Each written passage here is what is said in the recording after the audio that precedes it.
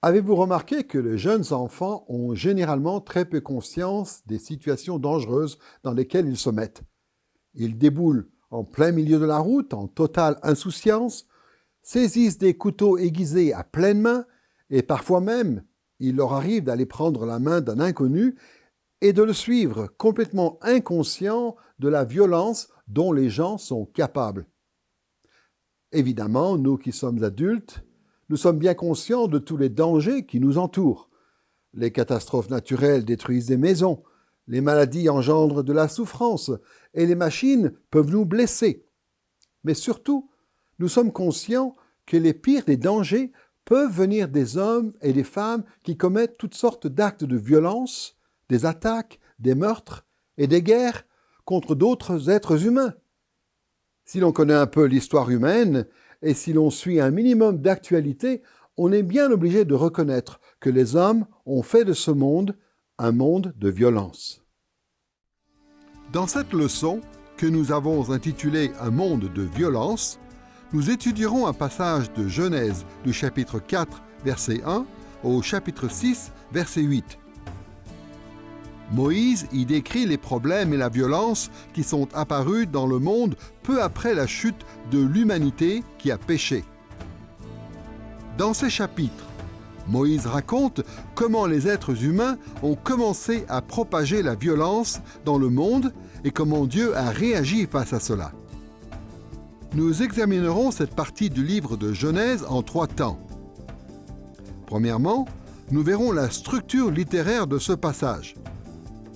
Deuxièmement, nous nous pencherons sur le sens initial de ces chapitres. Et troisièmement, nous nous demanderons comment nous pouvons appliquer les enseignements de ce passage dans nos vies actuelles à l'aide du Nouveau Testament. Commençons par étudier la structure littéraire de Genèse à partir du chapitre 4, verset 1 jusqu'au chapitre 6, verset 8. Ces chapitres de Genèse abordent plusieurs thèmes différents et comprennent à la fois des parties narratives et des généalogies.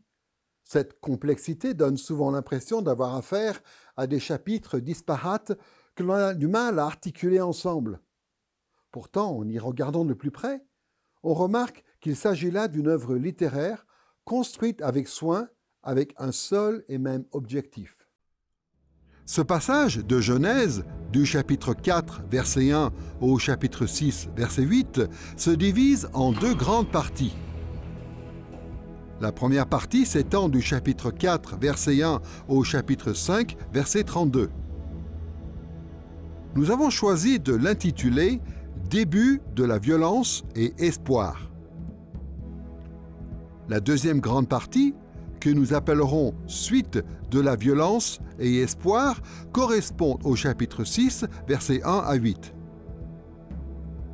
Le récit du début de la violence et du premier espoir de libération raconté dans Genèse chapitres 4 et 5 se compose de 4 parties qui forment 2 parallèles, 2 parties narratives qui se répondent au chapitre 4, versets 1 à 16 et au chapitre 4, versets 25 et 26 d'un côté, et 2 généalogies qui se répondent également au chapitre 4, versets 17 à 24 et au chapitre 5, versets 1 à 32. Nous étudierons ces textes à travers les liens que l'on peut dégager entre les 2 parties narratives, puis entre les 2 généalogies. Pour commencer, Moïse raconte l'histoire du pécheur Caïn au chapitre 4, versets 1 à 16. On y retrouve le récit bien connu de la crise de jalousie de Caïn qui, emporté par la rage, a tué son frère Abel. En examinant ce récit de plus près, on voit qu'il suit une évolution en 5 étapes. L'histoire s'ouvre sur Caïn et Abel qui vivent ensemble en bonne entente au verset 1 et 2a. Pourtant, au verset 16, qui marque la fin de cet épisode, on retrouve Caïn dans une situation bien différente. Il est désormais seul, chassé loin du pays fertile, de sa famille et de la présence spéciale de Dieu. Dans la deuxième étape, au versets 2b à 7, on découvre ce qui a poussé Caïn à tuer Abel, c'est-à-dire la différence entre les sacrifices offerts par chacun d'eux à Dieu. Pour résumer, Dieu a accueilli favorablement le sacrifice d'Abel, mais a rejeté celui de Caïn, tout en prévenant ce dernier que le péché cherchait à l'asservir. Mais Caïn n'a pas prêté attention à cet avertissement. La troisième étape du récit, au verset 8, est le point de basculement où Caïn tue son frère Abel. Caïn et Abel se sont éloignés de l'endroit du sacrifice dans un champ, et comme Dieu l'avait prévu, Caïn s'est laissé dominer par le péché, devenant ainsi le premier meurtrier de l'histoire humaine. La quatrième étape, au verset 9 à 15, décrit la malédiction que Dieu prononce contre Caïn et la protection qu'il lui accorde. Dieu a maudit Caïn en le chassant et en le condamnant à errer loin du pays d'Éden, mais il l'a aussi protégé des attaques des autres hommes. Comme on vient de le voir, l'histoire racontée dans Genèse chapitres 4 et 5 commence par le terrible péché de Caïn. Il était tellement corrompu par le péché qu'il a tué son frère Abel qui était juste. Conséquence, il a été obligé de partir vivre loin de l'endroit béni par Dieu. À présent que nous avons vu la structure narrative du début de notre passage de Genèse 4 et 5, voyons la deuxième partie narrative au chapitre 4, versets 25 et 26.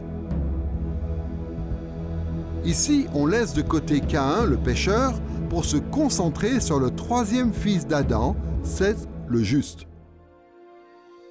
Son histoire est présentée très brièvement en 3 temps, en commençant par Ève, qui donne naissance à Seth au chapitre 4, verset 25. Dans un deuxième temps, au chapitre 4, verset 26a, Moïse rapporte que Seth a eu aussi un fils, Enoch.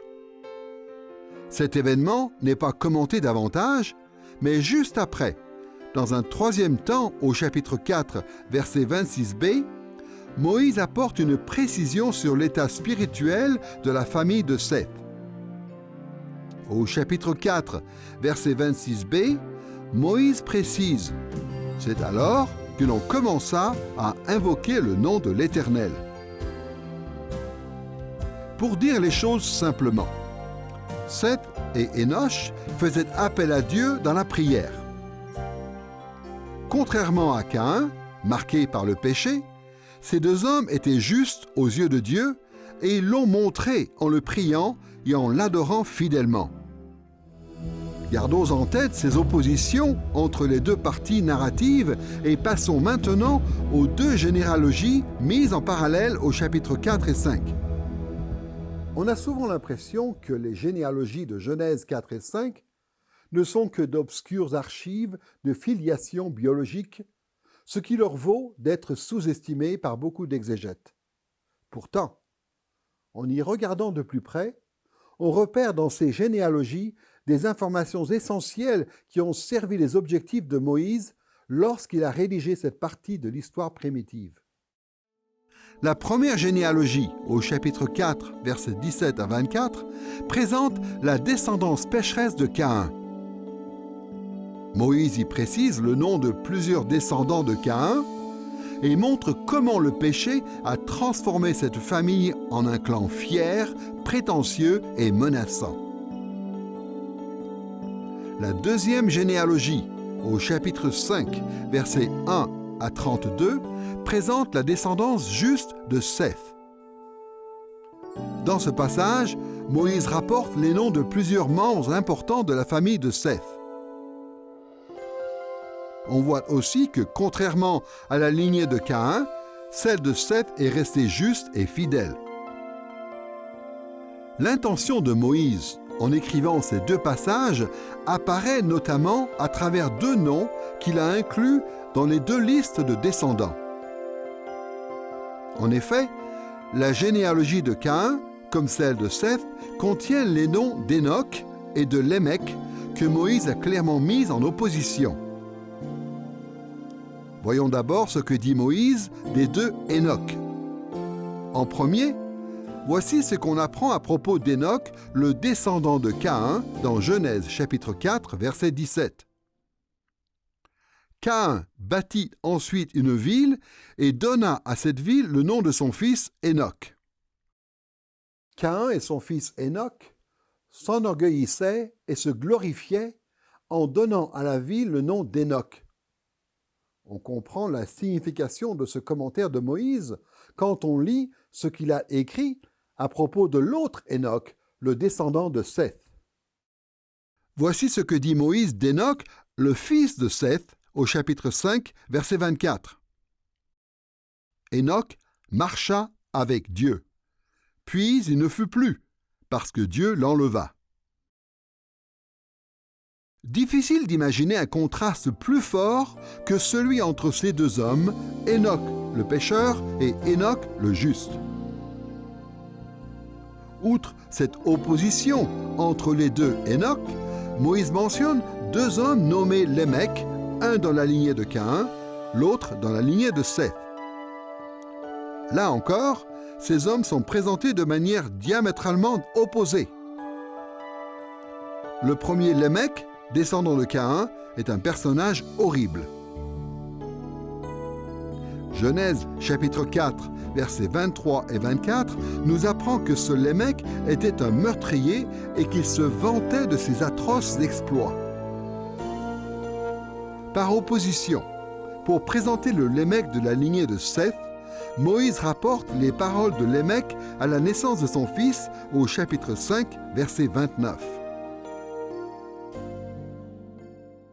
Lémec lui donna le nom de Noé en disant « Celui-ci nous consolera de la peine que nous causent nos durs travaux manuels sur le sol que l'Éternel a maudit. » Comme c'était la tradition dans les temps bibliques, Lémec, le descendant de Seth, a choisi le prénom de son fils en une sorte de prière adressée à Dieu, exprimant ainsi son espoir que Noé les libérerait des terribles conditions de vie imposées aux hommes depuis que Dieu a maudit la terre au temps d'Adam et Ève.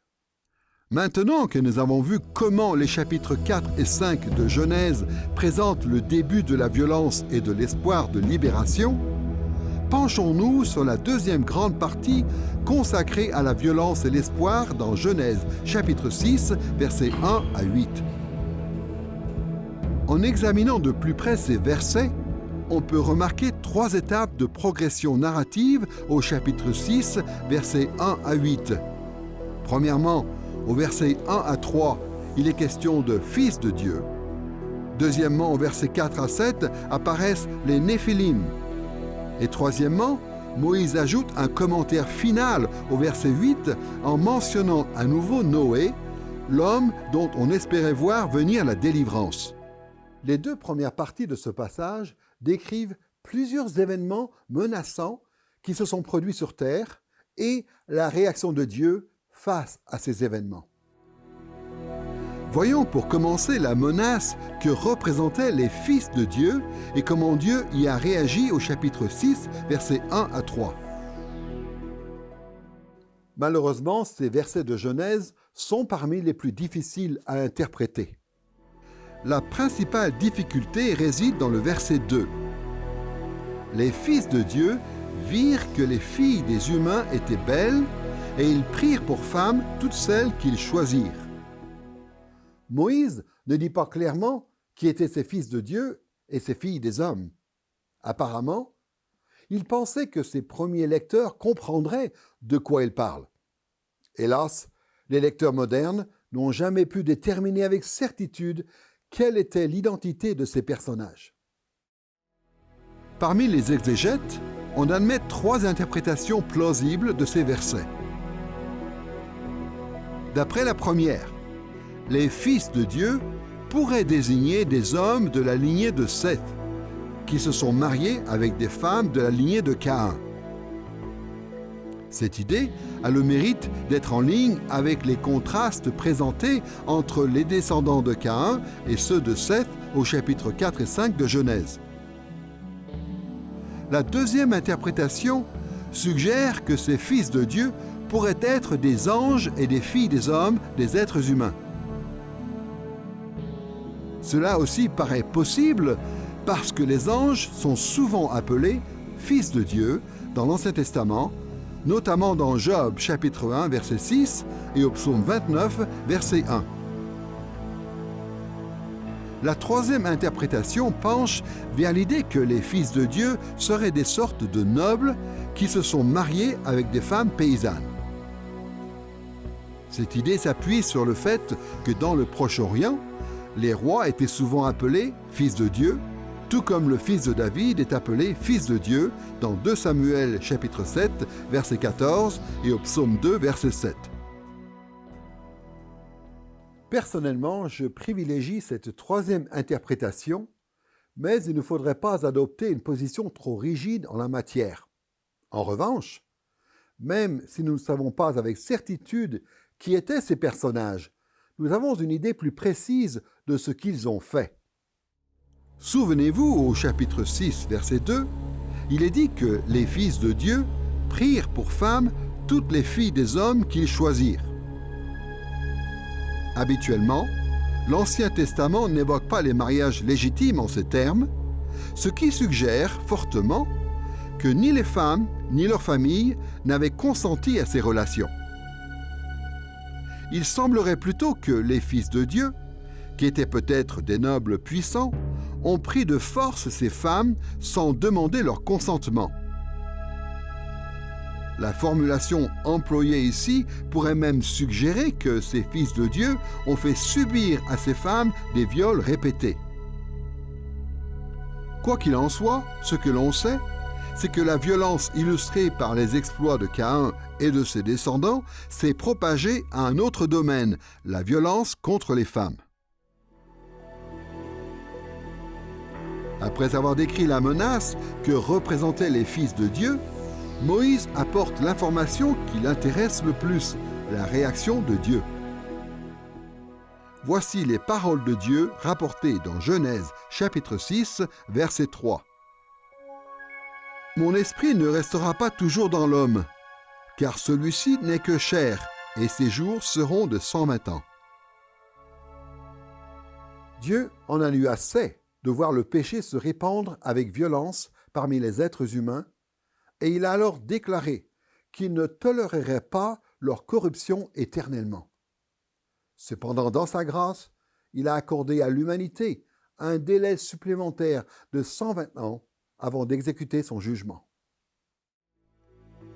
La deuxième série d'événements sur Terre, avec la réaction divine qu'elle a provoquée, est racontée dans Genèse chapitre 6, versets 4 à 7, où il est question des Néphilim. Au verset 4, on apprend qu'une autre situation dangereuse était apparue sur Terre. En ces jours-là, et encore après cela, les Néphilim étaient sur la terre lorsque les fils de Dieu vinrent vers les filles des humains et qu'elles leur donnèrent des enfants. Ce sont là les héros d'autrefois, les hommes de renom. Beaucoup de versions françaises de la Bible traduisent l'hébreu Néphilim par le terme géant, en accord avec la Septante. Malheureusement, le mot géant ne rend pas compte de toutes les connotations du terme hébreu. Les spécialistes ne sont pas tous d'accord sur le sens précis de ce terme, mais le plus probable est qu'il désigne des guerriers ou des chefs de guerre. Dans ce passage, Moïse décrit ces Néphilim comme des héros d'autrefois, les hommes de renom. Or, le terme héros ou Agiborim en hébreu désigne des guerriers ou des soldats puissants. Dans ce contexte, la réputation militaire de ces Néphilim ne constitue pas une caractéristique positive. Ces hommes étaient connus pour la violence et la guerre qu'ils infligeaient à ceux qu'ils exploitaient en semant la terreur autour d'eux. La violence qui a commencé avec Caïn, qui a tué son frère Abel, s'est poursuivie avec Lémec, le descendant de Caïn, et a atteint de nouvelles proportions avec l'arrivée des Néphilim, ces guerriers qui faisaient planer partout autour d'eux la menace de violence. On lit au verset 5. L'Éternel vit que la méchanceté de l'homme était grande sur la terre et que chaque jour, son cœur ne concevait que des pensées mauvaises. Avec l'apparition des Néphilim, la corruption de la race humaine a atteint de telles proportions que le péché dominait complètement l'humanité. Le résultat nous est rapporté aux versets 6 et 7. L'Éternel regretta d'avoir fait l'homme sur la terre, et son cœur fut affligé. L'Éternel dit, « J'effacerai de la surface du sol l'homme que j'ai créé, depuis l'homme jusqu'au bétail, aux reptiles et aux oiseaux du ciel, car je regrette de les avoir faits. » Dieu a vu que les Néphilim terrorisaient le monde qu'il avait créé et a décidé qu'il était temps d'intervenir à travers une destruction massive à l'échelle de la planète. Heureusement, le passage de Genèse chapitre 6, versets 1 à 8 ne se termine pas par ces mots de jugement. À la place, Moïse a choisi de reprendre la structure générale de cette partie de l'histoire primitive en ajoutant une touche d'espoir dans un commentaire final au verset 8. Dans ce verset, on apprend que même si Dieu a décidé de détruire l'humanité à cause du péché qui la dominait, un homme incarnait encore l'espoir.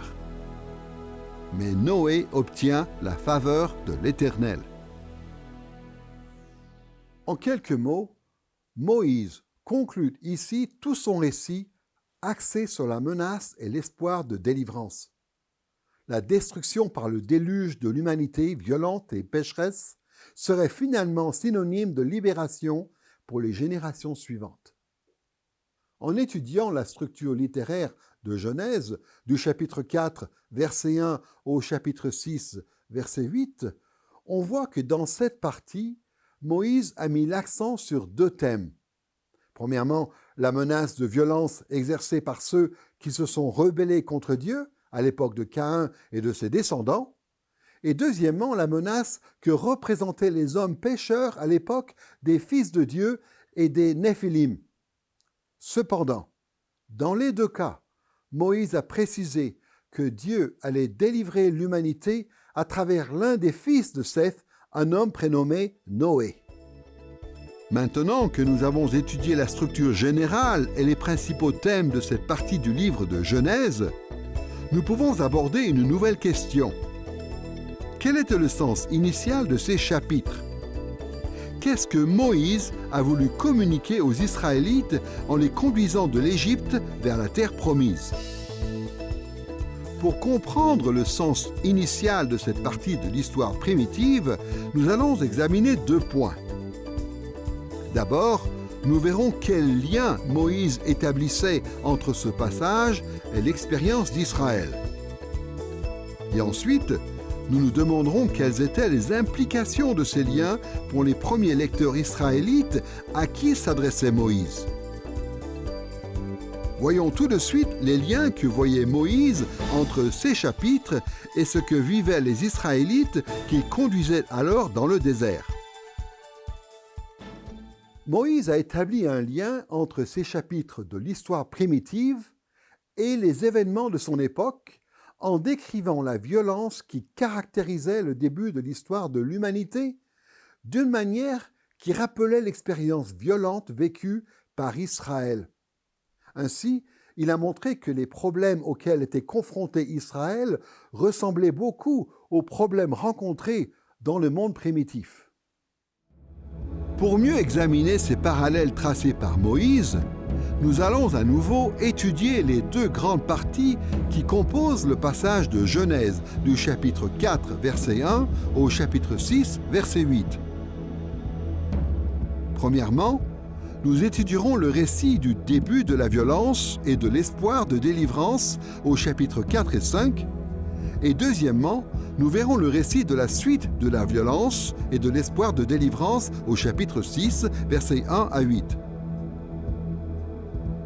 penchons-nous sans tarder sur Genèse chapitres 4 et 5 pour voir en quoi ils font écho à l'expérience d'Israël.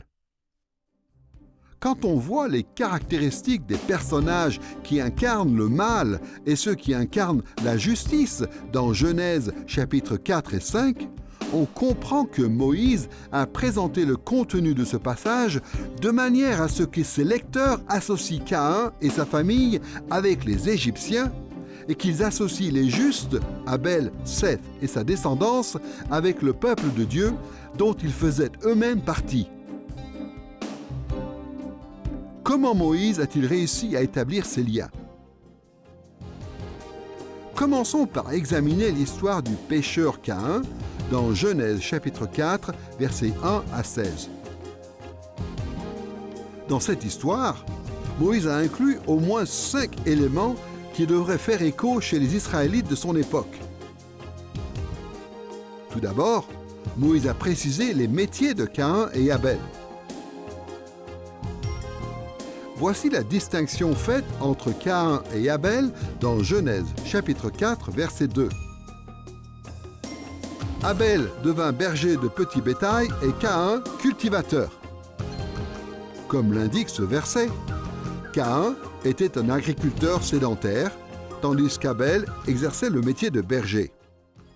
Dans l'Antiquité, mais aussi à l'époque moderne, des tensions ont souvent surgi entre les sociétés sédentaires, basées sur l'agriculture, et les bergers nomades.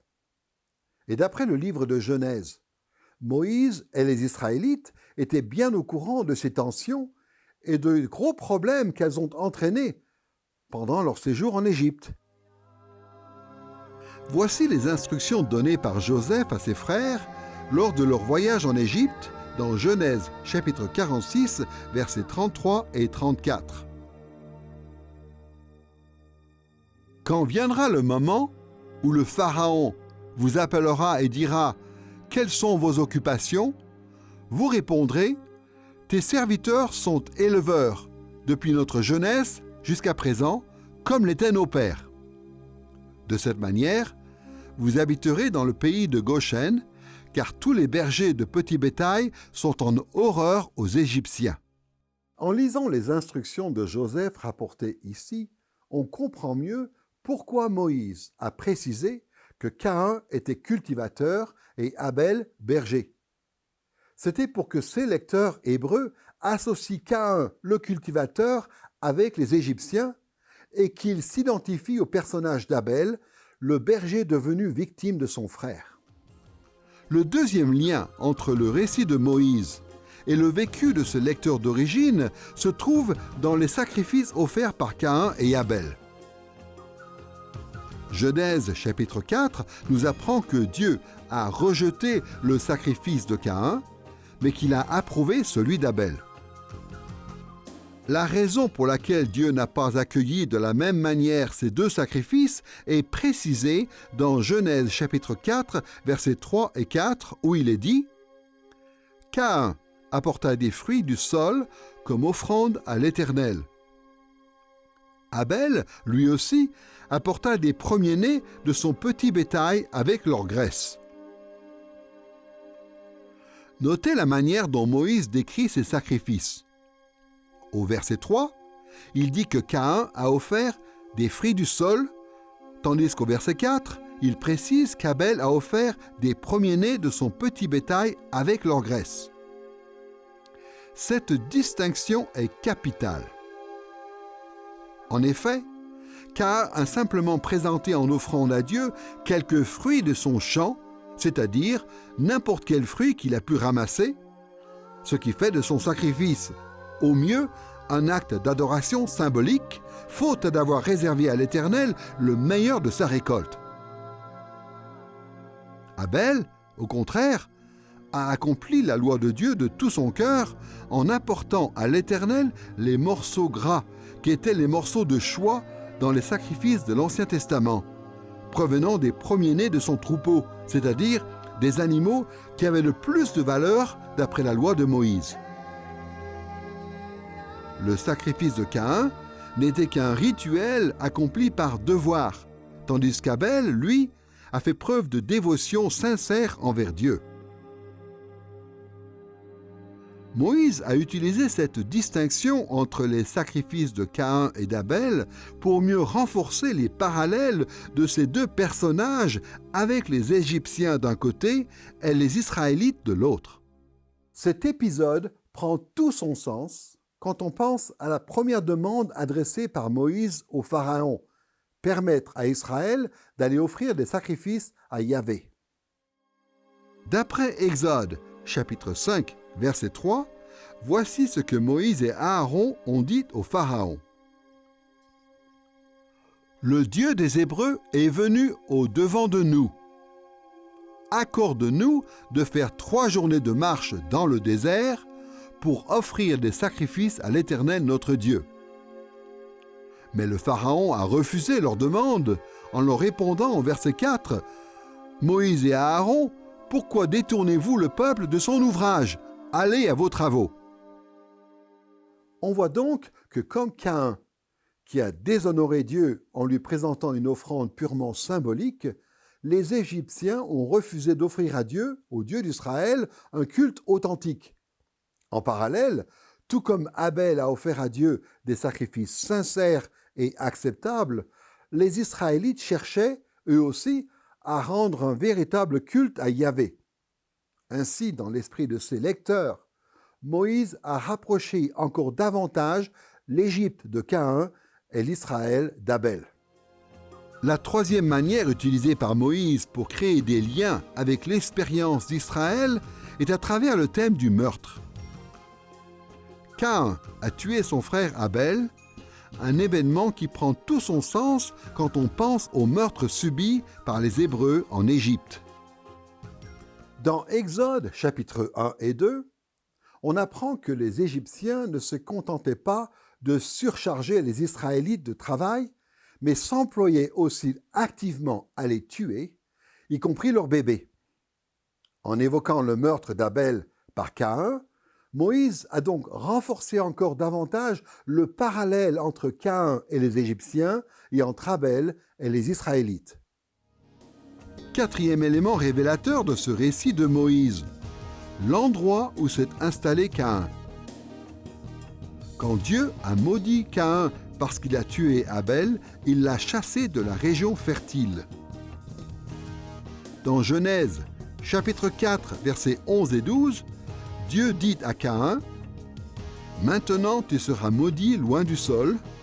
Quand tu cultiveras le sol, il ne te donnera plus sa richesse. » Caïn a donc été condamné à vivre dans des endroits où son activité de cultivateur ne lui rapporterait que de minces récoltes. Cette description de l'endroit où Caïn a dû s'exiler correspond bien à ce que Moïse dit du pays d'Égypte par opposition à la terre promise vers laquelle il menait Israël. Voici le contraste qu'établit Moïse entre Canaan et l'Égypte dans Deutéronome chapitre 11, versets 10 à 12. Car le pays où tu vas entrer pour en prendre possession n'est pas comme le pays d'Égypte d'où vous êtes sortis, où tu jetais ta semence en l'arrosant à l'aide de ton pied comme un jardin potager. Le pays dans lequel vous passez pour en prendre possession est un pays de montagnes et de vallées et qui boit les eaux de la pluie du ciel. C'est un pays dont l'Éternel ton Dieu prend soin. Dieu a chassé Caïn dans un endroit loin d'Éden, un lieu qui s'apparente à l'Égypte, où l'agriculture demandait beaucoup d'efforts. Grâce à cette précision, Moïse a tracé un lien de plus entre Caïn et les Égyptiens. Enfin, le cinquième élément des chapitres 4 et 5 de Genèse qui établit un parallèle entre Caïn et l'Égypte et entre Abel et Israël est la protection accordée à Caïn. Malgré le fait que Caïn a tué son frère Abel, Dieu a continué de le protéger. Voici les paroles de Dieu rapportées dans Genèse, chapitre 4, verset 15. « Si quelqu'un tue Caïn, on le vengera 7 fois. » Dieu a protégé Caïn même s'il était un meurtrier. Là encore, Moïse décrit ces événements de manière à ce que les Israélites fassent le lien entre ce qu'ils lisent et leur propre expérience en Égypte. Dieu a accordé une protection spéciale à l'Égypte.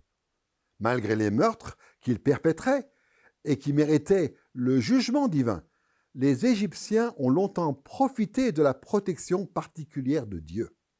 Comme nous venons de le voir, Moïse a établi des parallèles forts entre cette période de l'histoire primitive et l'expérience d'Israël en plein Exode à travers au moins 5 éléments, en évoquant les métiers, les sacrifices d'adoration, le meurtre, l'endroit et la protection.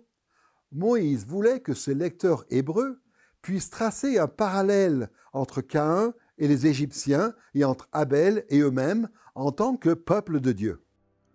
Maintenant que nous avons vu les parallèles établis dans l'histoire de Caïn le pécheur, tournons-nous vers l'histoire de Seth le juste, racontée dans Genèse chapitre 4, versets 25 et 26. Comme nous l'avons déjà fait remarquer, dans Genèse chapitre 4, verset 26, Moïse a fait un commentaire important sur Seth et son fils Enoch. C'est alors que l'on commença à invoquer le nom de l'Éternel. Moïse a précisé cela pour que ses lecteurs ne s'identifient pas seulement à Abel, mais aussi à Seth, le fils d'Adam, né en remplacement d'Abel. Tout d'abord, on voit dans ce passage que Seth, comme Israël, a invoqué le nom de Yahvé, ici traduit par l'Éternel. Il est intéressant de noter que, d'après le livre d'Exode, le nom de Yahvé s'est largement imposé à l'époque de Moïse. Par exemple, voici ce qu'a dit Dieu à Moïse dans Exode chapitre 3, verset 15. « Tu parleras ainsi aux Israélites, l'Éternel, le Dieu de vos pères, le Dieu d'Abraham, le Dieu d'Isaac et le Dieu de Jacob, m'a envoyé vers vous. Voilà mon nom pour l'éternité, voilà comment je veux être invoqué de génération en génération. » Même si d'après la Bible, le nom de Yahvé était utilisé dès l'époque de Seth, c'est au temps de Moïse que ce nom s'est imposé comme le nom principal de Dieu. Sachant cela, les Israélites fidèles qui suivaient Moïse ont sans doute dû s'identifier à Seth le juste, qui adorait le nom de l'Éternel, Yahvé, exactement comme eux. Deuxièmement, les Israélites devaient s'associer à Seth à cause de la prière. Le thème de la prière apparaît également dans Genèse chapitre 4, verset 26, quand Moïse précise concernant la famille de Seth, l'on commença à invoquer le nom de l'Éternel. Dans l'Ancien Testament, invoquer le nom de l'Éternel était généralement synonyme d'appeler Dieu à l'aide dans des périodes difficiles. On voit donc ici un deuxième lien établi par Moïse entre Israël et ce récit. Le reste du Pentateuque rapporte beaucoup d'exemples où les Israélites, après leur sortie d'Égypte, ont invoqué Yahvé lors des nombreuses crises qu'ils ont traversées, exactement comme Seth et Enoch l'avaient fait avant qu'eux. Voilà comment Moïse a établi les parallèles entre l'histoire de Caïn le pécheur et de Seth le juste et ce que vivaient ses contemporains. Son objectif était de montrer à ses lecteurs que les Égyptiens étaient comme Caïn et que les Israélites eux-mêmes s'apparentaient à Abel et Seth. À présent, voyons en quoi les généalogies respectives de Caïn et Seth sont également présentées par Moïse de manière à renforcer auprès des Israélites les parallèles entre les Égyptiens et les méchants et leur propre peuple et les justes. Toujours dans le même objectif, dans Genèse chapitre 4, versets 17 à 24, Moïse décrit la lignée de Caïn de manière à l'associer irrémédiablement avec l'Égypte. Pour cela, il s'appuie sur au moins 6 éléments. Premièrement, Moïse présente Caïn comme un bâtisseur de villes. On lit dans Genèse chapitre 4, verset 17, Caïn bâtit ensuite une ville. Bien évidemment, les Israélites savaient que les Égyptiens étaient des constructeurs de villes réputés, puisque les Hébreux eux-mêmes étaient préposés à la construction de villes égyptiennes durant leur esclavage. Cette précision concernant Caïn devait donc créer dans l'esprit des Israélites un parallèle fort avec les Égyptiens. Deuxième élément remarquable, le nom de la ville construite par Caïn. Toujours dans Genèse chapitre 4, verset 17, Moïse précise « Caïn bâtit ensuite une ville et donna à cette ville le nom de son fils Hénoch. » Les Israélites, au temps de Moïse, qui lisaient ces lignes, devaient associer cette pratique à une tradition égyptienne. Voici ce que dit Moïse dans Exode chapitre 1, verset 11. Les Égyptiens désignèrent alors des chefs de corvée pour accabler le peuple d'Israël en lui imposant de rudes travaux. C'est ainsi que les Israélites durent construire les villes de Pithom et Ramsès pour y entreposer les réserves de Pharaon. La ville de Ramsès était appelée ainsi en l'honneur du pharaon Ramsès. Tout comme Caïn, les Égyptiens donnaient à leur ville leur propre nom pour se glorifier. Ainsi, la généalogie de Caïn présente encore un parallèle entre les Égyptiens et Caïn. Troisième élément de la lignée de Caïn, en lien avec l'Égypte, la fierté que tire Lémec, descendant de Caïn, des meurtres commis. Au chapitre 4, verset 23, on voit que Lémec a entonné un véritable chant à sa gloire devant ses deux femmes. Ada et Tsila, écoutez ma voix. Femme de Lémec, prêtez l'oreille à ma parole. J'ai tué un homme pour ma blessure. En découvrant Lémec qui se vante de ses actes atroces, les Israélites ont sans doute associé Lémec aux Égyptiens. En fait, les Israélites savaient bien que dans l'Égypte ancienne, beaucoup d'inscriptions glorifiaient les exploits meurtriers des pharaons et de leurs armées. Le quatrième élément important mentionné par Moïse est la mort d'enfants. Toujours d'après le chapitre 4, verset 23, Lémec a dit « J'ai tué un homme pour ma blessure et un enfant pour ma meurtrissure. » Le terme hébreu « yéled », traduit ici par « enfant », donne bien l'idée du jeune âge de la victime de Lémec et désigne souvent en hébreu les garçons. Comme on le sait, au premier chapitre du livre d'Exode, le pharaon ordonne de tuer les jeunes garçons hébreux. Comme Lémec, le descendant de Caïn, les Égyptiens se sont attaqués aux Israélites sans défense, c'est-à-dire à leurs enfants mâles. Cinquième élément qui renforce le lien entre la famille de Caïn et les Égyptiens, la protection renforcée dont pensait jouir Lémec. Dans Genèse chapitre 4, verset 24, Lémec affirme bénéficier d'une protection encore plus grande que celle de Caïn. Caïn sera vengé 7 fois et Lémec 77 fois. Tout comme Lémec pensait que Dieu le protégeait, les pharaons d'Égypte étaient assurés d'être sous la protection de leur Dieu.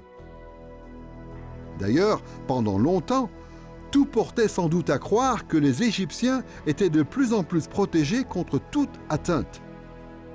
Sixièmement, notez le raffinement culturel qui caractérise la lignée de Caïn. Voici comment 3 frères de la lignée de Caïn, prénommés Yabal, Yubal et Tubal-Caïn, sont décrits dans Genèse chapitre 4, versets 20 à 22. Yabal, c'est lui l'ancêtre des éleveurs nomades. Yubal, c'est lui l'ancêtre de tous ceux qui jouent de la harpe et du chalumeau. Tubal-Caïn, qui forgeait tous les outils de bronze et de fer. Moïse montre ici tout le raffinement de la famille de Caïn. Yabal n'est plus berger puisqu'il a inventé l'élevage d'animaux. Yubal a inventé la musique et Tubal-Caïn a inventé le travail perfectionné des métaux. Il est quasiment impossible que les Israélites du temps de Moïse n'y aient pas vu un lien évident avec l'Égypte. En effet, en comparaison avec le mode de vie nomade très simple des patriarches d'Israël, la culture égyptienne était très sophistiquée et raffinée. Si Moïse a précisé toutes ces caractéristiques des descendants de Caïn, c'était pour mieux associer dans l'esprit de ses lecteurs la lignée de Caïn avec les Égyptiens.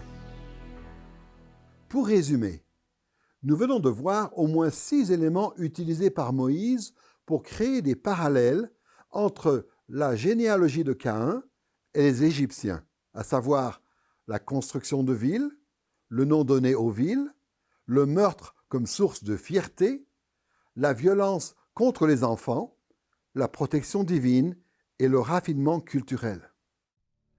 Examinons à présent la généalogie de Seth dans Genèse chapitre 5, versets 1 à 32.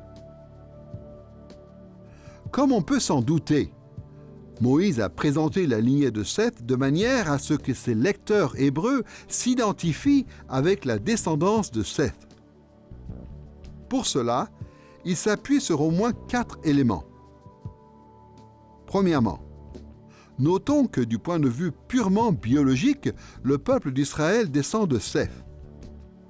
Dans Genèse chapitre 5, verset 32, on apprend le prénom des 3 fils de Noé. Noé, âgé de 500 ans, engendra Sem, Cham et Japhet. Le prénom Sem avait une importance toute particulière pour Moïse, car Sem est l'ancêtre d'Israël. Dans nos langues modernes, c'est de Sem que viennent les termes comme sémite ou sémitisme. Même si d'autres peuples descendent également de Sem, Israël était le peuple spécial, le seul peuple élu de Dieu dans la lignée de Sem. Ainsi, ce simple lien biologique permettait à Moïse de faire naître chez ses lecteurs israélites un lien avec la généalogie de Seth. Le deuxième lien qu'établit Moïse entre la lignée de Seth et Israël tient à la justice et à la fidélité attribuées aux descendants de Seth. Par exemple, voici ce qu'affirme Genèse au chapitre 5, verset 24. Enoch marcha avec Dieu, puis il ne fut plus. Dans la Bible juive, l'expression que l'on traduit ici par « marcher avec Dieu » ne s'applique qu'à 2 personnages, Enoch et Noé. Or, à de nombreuses reprises, surtout dans le livre de Deutéronome, Moïse a encouragé Israël à imiter Enoch en marchant dans les voies de Yahvé. Ainsi, voilà encore un élément d'identification avec la descendance de Seth, puisque les Israélites fidèles cherchaient à imiter Enoch. Troisième élément qui établit un lien entre la généalogie de Seth et l'expérience d'Israël, le grand nombre de descendants de Seth. En lisant cette généalogie, on apprend que Seth a eu une descendance très nombreuse. Moïse souligne la croissance numérique de la famille de Seth en répétant 9 fois dans Genèse chapitre 5 qu'à chaque génération, outre les membres mentionnés par leur nom, il y a eu d'autres fils et des filles. En lisant comment la lignée de Seth s'est multipliée, les Israélites devaient y voir un parallèle avec la bénédiction qu'ils ont eux-mêmes connue en devenant de plus en plus nombreux lors de leur séjour en Égypte et pendant l'Exode. Quatrièmement, Moïse a aussi précisé que beaucoup des descendants de Seth ont eu une longue vie, ce qui devait créer une identification chez les Israélites. Par exemple, on sait que Mathusalem a vécu plus longtemps que n'importe quel autre descendant de Seth.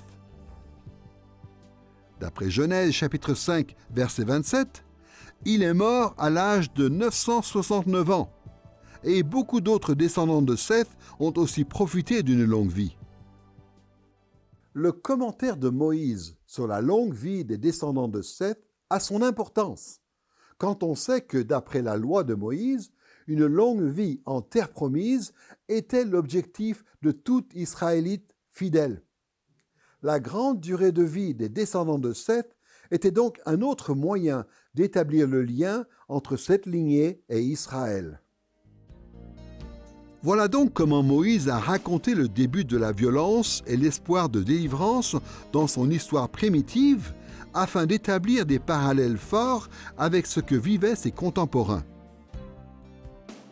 Caïn et ses descendants devaient être associés aux Égyptiens, qui ont maltraité Israël, tandis qu'Abel, Seth et ses descendants devaient rappeler les Israélites victimes de la violence des Égyptiens. En écrivant cette partie de son histoire primitive, Moïse avait à cœur d'établir ces liens chez ses lecteurs. Maintenant que nous avons vu la stratégie adoptée par Moïse dans son récit du début de la violence et de l'espoir, examinons la deuxième grande partie de notre passage qui évoque la suite de la violence et de l'espoir de délivrance dans Genèse chapitre 6, versets 1 à 8. Étudions de plus près le chapitre 6, verset 4. En ces jours-là, et encore après cela, les Néphilim étaient sur la terre, lorsque les fils de Dieu vinrent vers les filles des humains et qu'elles leur donnèrent des enfants. Ce sont là les héros d'autrefois, les hommes de renom. Nous avons déjà noté que les Néphilim étaient des guerriers puissants, célèbres par leurs exploits, mais remarquez également une autre information importante fournie par Moïse. Les Néphilim existaient sur Terre au début de l'histoire humaine, et encore après cela. En ajoutant que les guerriers Néphilim ont aussi vécu après le déluge, Moïse indique à ses lecteurs israélites qu'ils ont rencontré eux aussi des Néphilim dans leur histoire récente. Or, le seul autre passage de la Bible où figure le terme Néphilim est Nombres, chapitre 13, versets 32 et 33. On y découvre le rapport des espions envoyés par Moïse à Canaan, où ils affirment avoir vu des Néphilim. Voici la description qu'ils en font. Le pays que nous avons parcouru pour l'explorer est un pays qui dévore ses habitants. Nous avons vu là les Néphilim. Nous étions à nos propres yeux comme des criquets, et c'est ce que nous étions aussi à leurs yeux. Les espions infidèles ont raconté que le pays de Canaan était un endroit très violent et dangereux, et que parmi les habitants, il y avait des Néphilim, des guerriers féroces qui les ont terrorisés. Malheureusement, ce rapport a poussé la première génération d'Israélites qui suivaient Moïse à refuser de répondre à l'appel de conquête lancé par Dieu. Dieu a été si déçu par ce manque de foi qu'il a envoyé les Israélites dans le désert pour qu'ils y errent sans but, jusqu'à ce que toute la première génération décède et que la nouvelle génération soit prête à se lancer à son tour à la conquête de la terre promise. Sachant cela, on voit mieux l'autre parallèle fort établi par Moïse entre cette partie de l'histoire primitive et l'expérience d'Israël. Moïse voulait que ses lecteurs israélites fassent le lien entre les Néphilim de Genèse chapitre 6 et les terribles guerriers Néphilim qui habitaient à Canaan. Ainsi, la violence et l'espoir de délivrance qu'il décrit dans Genèse chapitre 6, versets 1 à 8, évoquaient directement la menace de violence que devaient affronter les Israélites dans la conquête de Canaan. Jusqu'à présent, nous avons étudié le sens initial du passage de Genèse du chapitre 4, verset 1 au chapitre 6, verset 8, en identifiant les parallèles entre les personnages de l'histoire primitive et l'expérience d'Israël de cette époque. Maintenant, il est temps de se poser une deuxième question. Quelles étaient les implications de ces parallèles pour le peuple d'Israël qui suivait Moïse vers la terre promise? Pour comprendre le message clé que tente de faire passer Moïse à Israël, Revenons au schéma narratif de base, que l'on retrouve 2 fois dans le passage qui nous intéresse. Si vous vous souvenez bien, nous avons repéré dans Genèse du chapitre 4, verset 1 au chapitre 6, verset 8, 2 scénarios qui tournent autour de la violence et de l'espoir de libération. Dans le passage du chapitre 4, verset 1 au chapitre 5, verset 32, il est question de la violence de Caïn et de ses descendants, mais au chapitre 5, versets 29 et 32, apparaît le personnage de Noé qui laisse présager la délivrance qu'il va apporter. De même, dans Genèse chapitre 6, versets 1 à 8, on découvre la violence des fils de Dieu et des Néphilim, avec à nouveau la mention de Noé au chapitre 6, verset 8, indiquant que Dieu avait aussi l'intention de délivrer la terre de ces menaces-là. Pour les Israélites qui suivaient Moïse, ces récits devaient être encourageants, car ils montrent ce que Dieu avait déjà fait pour eux, mais aussi ce qu'il allait encore accomplir pour leur bien. D'une part, tout comme il avait utilisé Noé pour libérer les ancêtres d'Israël des descendants de Caïn, Dieu avait déjà utilisé Moïse pour libérer les Israélites de l'oppression égyptienne. Et d'autre part, tout comme il avait utilisé Noé pour délivrer la terre des premiers Néphilim, Dieu allait utiliser Moïse pour délivrer les Israélites de la menace que faisaient planer sur eux les Néphilim de Canaan. Après avoir étudié la structure et le sens initial de Genèse du chapitre 4, verset 1 au chapitre 6, verset 8, voyons le dernier point de cette leçon, les applications modernes de ce passage. Comment le Nouveau Testament nous apprend-il à appliquer cette partie de l'histoire primitive de Moïse dans nos vies actuelles? Comme dans les leçons précédentes, nous allons voir comment le Nouveau Testament reprend les thèmes de ce passage et les applique aux 3 étapes d'instauration du royaume du Christ, à savoir l'inauguration du royaume lors de la première venue de Jésus sur terre, la poursuite du royaume qui correspond à toute l'histoire de l'Église et le parachèvement du royaume lors du retour glorieux du Christ avec l'apparition de la nouvelle terre et des nouveaux cieux. Pour mieux comprendre comment la violence et la délivrance concernent les chrétiens d'aujourd'hui, nous verrons chacune de ces 3 étapes du royaume séparément. Commençons par les thèmes de la violence et de l'espoir de délivrance dans l'inauguration du royaume du Christ. Le monde de violence, tel qu'il est décrit dans l'histoire primitive, rappelle l'inauguration du royaume lors de la première venue de Jésus par au moins 2 aspects. Premièrement, par la violence que Jésus a dû subir sur terre, et deuxièmement, par la délivrance offerte par Jésus à son peuple. Voyons d'abord la souffrance de Jésus lors de son séjour sur terre. Toute personne qui connaît la vie de Jésus sait qu'il a été persécuté de bien des manières. En servant les opprimés, il a pris sur lui leurs souffrances et leurs douleurs. Mais le Nouveau Testament affirme également clairement que la violence dirigée contre Jésus-Christ a atteint son apogée lors de sa mort sur la croix. En subissant l'une des pires formes d'exécution de son temps, Jésus a souffert bien plus que les croyants justes de l'époque primitive.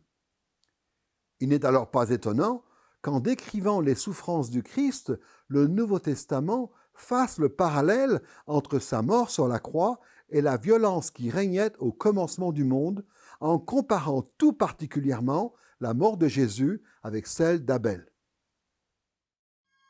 L'auteur de l'Épître aux Hébreux savait que le Christ a souffert aux mains des méchants sans le mériter en rien. C'est pour cela qu'il compare la mort de Jésus à celle d'Abel au chapitre 12, versets 22 à 24 de son Épître. Vous vous êtes approchés de Dieu, juge de tous, des esprits des justes, parvenus à la perfection, de Jésus, médiateur d'une nouvelle alliance, et du sang de l'aspersion qui parle mieux que celui d'Abel. L'allusion à l'histoire primitive de Moïse est ici évidente. le sang que le Christ a versé est bien plus parlant que le sang d'Abel, c'est-à-dire que la mort de Jésus-Christ signifie bien plus aux yeux de Dieu que celle d'Abel. La mort de Jésus n'a rien d'un événement ordinaire. Sa mort a racheté les péchés de ses fidèles, car il a souffert à la place de tous ceux qui croient en lui. Mais au-delà de ça, sa mort a provoqué la juste colère de Dieu, bien plus que le sang versé par Abel. Avec cette analyse en tête, nous ne devrions plus lire le récit qui décrit la violence du monde primitif en nous disant que Moïse s'adressait simplement à ses premiers lecteurs israélites. Au contraire, nous devrions tenir compte de la perspective du Nouveau Testament et voir que la violence infligée aux justes dans l'histoire primitive est une préfiguration de la souffrance du Christ lors de l'inauguration de son royaume. Maintenant que nous avons vu les liens établis dans le Nouveau Testament entre la violence du monde primitif et les souffrances du Christ, examinons un autre parallèle important entre le passage de Genèse et l'inauguration du royaume, la délivrance que Jésus a apportée au monde. Jésus a consacré une grande partie de son ministère public à proclamer l'Évangile, un message d'espoir qui annonce qu'un jour, les souffrances n'existeront plus dans la vie de ses fidèles. Tous les enseignements de Jésus montrent son attachement à cette bonne nouvelle. Mais le message de la délivrance est particulièrement fort dans son discours des béatitudes au début du sermon sur la montagne. Heureux ceux qui sont persécutés à cause de la justice, car le royaume des cieux est à eux. Heureux serez-vous lorsqu'on vous insultera, qu'on vous persécutera et qu'on répandra sur vous toutes sortes de mal à cause de moi. Réjouissez-vous et soyez dans l'allégresse, parce que votre récompense sera grande dans les cieux. Ces béatitudes montrent que l'un des buts principaux de l'enseignement de Jésus dans son ministère terrestre était de faire passer un message d'espoir. Le message que Dieu n'avait pas abandonné son peuple.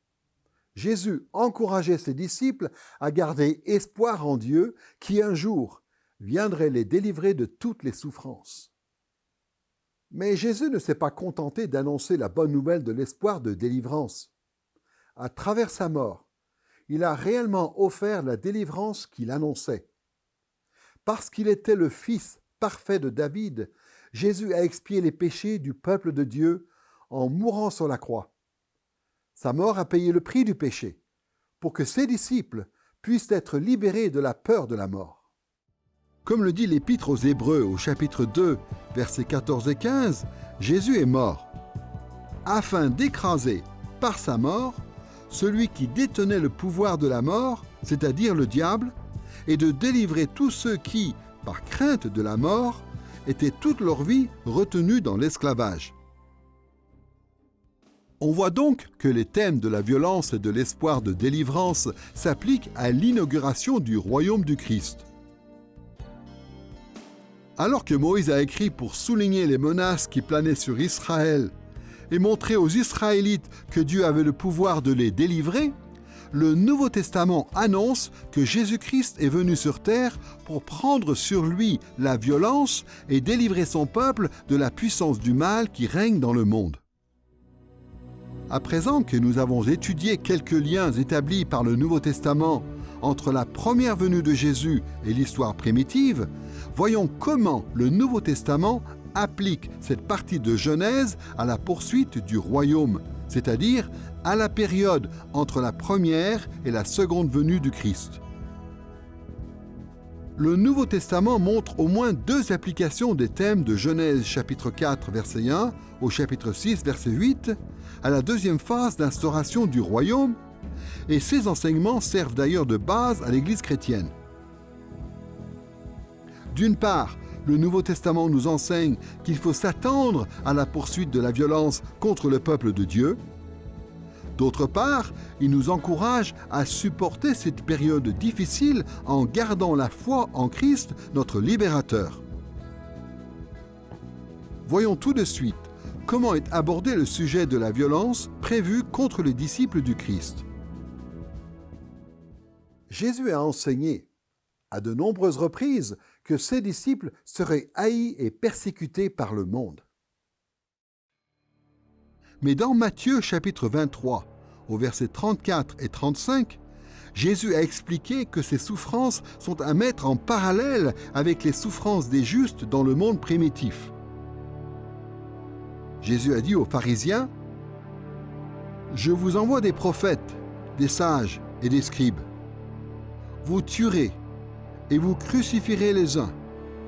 Vous flagellerez les autres dans vos synagogues et vous les persécuterez de ville en ville, afin que retombe sur vous tout le sang innocent répandu sur la terre, depuis le sang d'Abel le juste jusqu'au sang de Zacharie, fils de Béréchia. »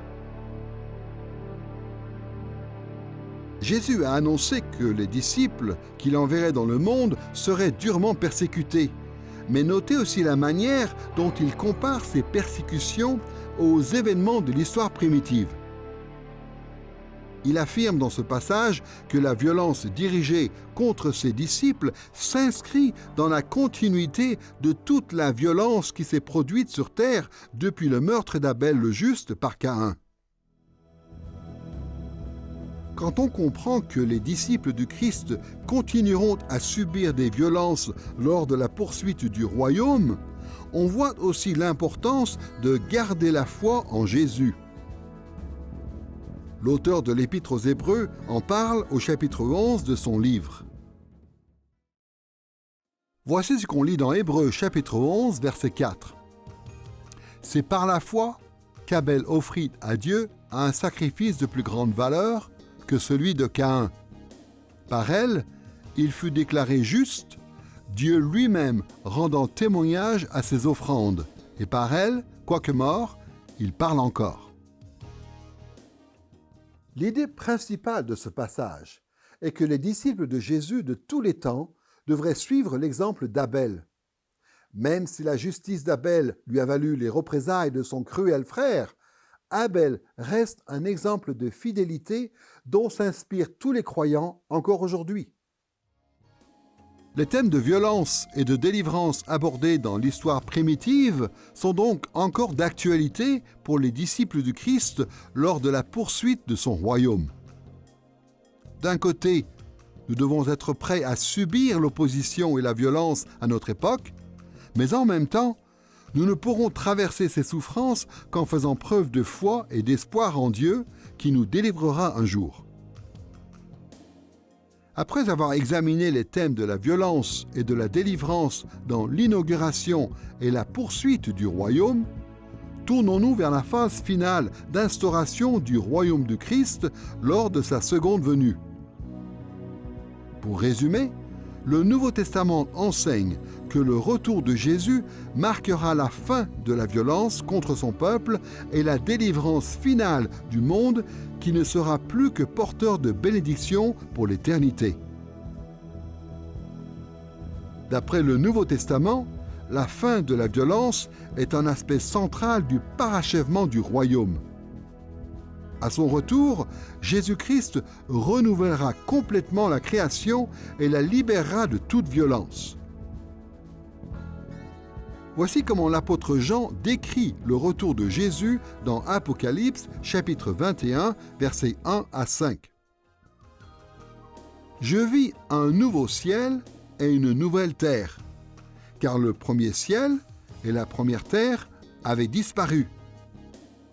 J'entendis du trône une forte voix qui disait « Dieu lui-même sera avec eux. Il essuiera toute larme de leurs yeux, la mort ne sera plus, et il n'y aura plus ni de deuil, ni cri, ni douleur, car les premières choses ont disparu. Celui qui était assis sur le trône dit « Voici, je fais toutes choses nouvelles. » Et en même temps, le parachèvement du royaume du Christ ne signera pas seulement la fin de la violence. À son retour, Jésus offrira une vie et une paix infinie à son peuple. Notre délivrance sera alors complète et définitive. Dans Apocalypse chapitre 22, versets 1 et 2, Jean décrit la délivrance finale des croyants. Il me montra le fleuve d'eau de la vie, limpide comme du cristal qui sortait du trône de Dieu et de l'agneau. Au milieu de la place de la ville et sur les deux bords du fleuve se trouve l'arbre de vie qui produit 12 récoltes et donne son fruit chaque mois. Les feuilles de l'arbre servent à la guérison des nations. Cet espoir de délivrance finale lors du retour du Christ est un thème commun à tout le Nouveau Testament. C'est la promesse ultime de la foi chrétienne. Nous attendons avec impatience le jour où les épreuves et les difficultés de ce monde seront remplacées par le monde nouveau à venir, plein d'émerveillement et de vie. La souffrance se transformera en joie, les luttes en victoire, et la mort laissera place à la vie éternelle. On voit donc que tout comme Moïse a décrit le monde de violence dans son histoire primitive, pour encourager Israël à avancer vers Canaan, le Nouveau Testament nous appelle à attendre avec espérance le nouveau monde qui apparaîtra, lorsque le royaume sera parachevé. Lors du retour du Christ, tous ceux qui ont cru en lui verront la fin de la violence et recevront une délivrance complète et glorieuse pour vivre éternellement. Dans cette leçon, nous avons étudié plusieurs aspects du monde de violence décrit dans Genèse, du chapitre 4, verset 1, au chapitre 6, verset 8. Après avoir examiné la structure de ce passage, nous avons vu qu'au départ, Moïse a écrit ce texte pour encourager les Israélites qu'il menait vers Canaan. Enfin, nous avons appris qu'en tant que chrétiens, nous devons aussi appliquer cette partie de l'histoire primitive à notre foi en accord avec les enseignements du Nouveau Testament.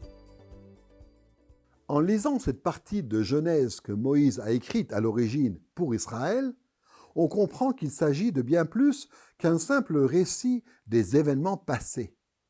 En voyant comment Dieu a délivré les hommes de la violence dans le monde primitif, puis comment il a libéré Israël au temps de Moïse, on ne peut qu'espérer avec encore plus d'assurance qu'un jour, Jésus-Christ nous délivrera nous aussi de la violence.